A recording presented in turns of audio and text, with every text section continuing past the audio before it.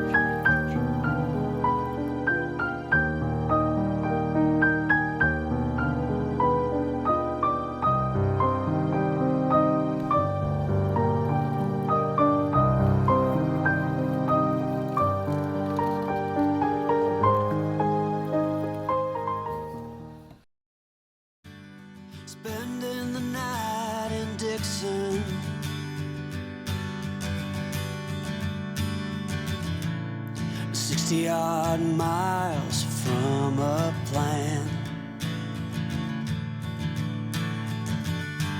Is it too late to learn to listen?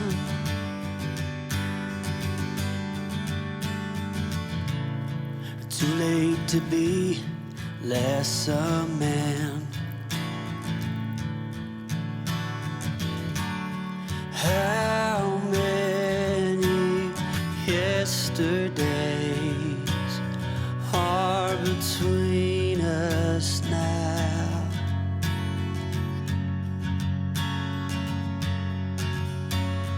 How many yesterdays are between us now?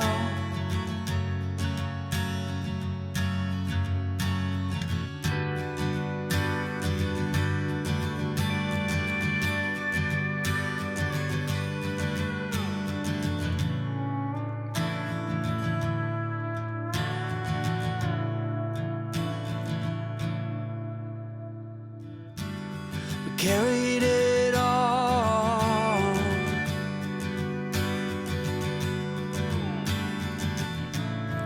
cobbling miles as we go, a line at a time. و دوستای عزیز نگاه کنید کیک خوشمزه و زعفرانی را، این خیلی خوب شمده، طعمشی بویشی همش مزه زعفران میده، خیلی خوب شمده. دیگه وقت از که یک چای جور کنی بشی کناری بچه و خانواده کیک خوشمزه و خوشتم را نوشیجان کنی. دوستای عزیز دیگه شمور در خدای بزرگ میسپارم. دیگه لایک سابسکرایب زیاد چم نره دوستا، حمایت دی قشنگ خور از ما دریغ نکن دوستای گل. دیگه خدا شما رو نگاه کنه، در خدای مهربان سپردم. خدا حافظ شم دوستای عزیز.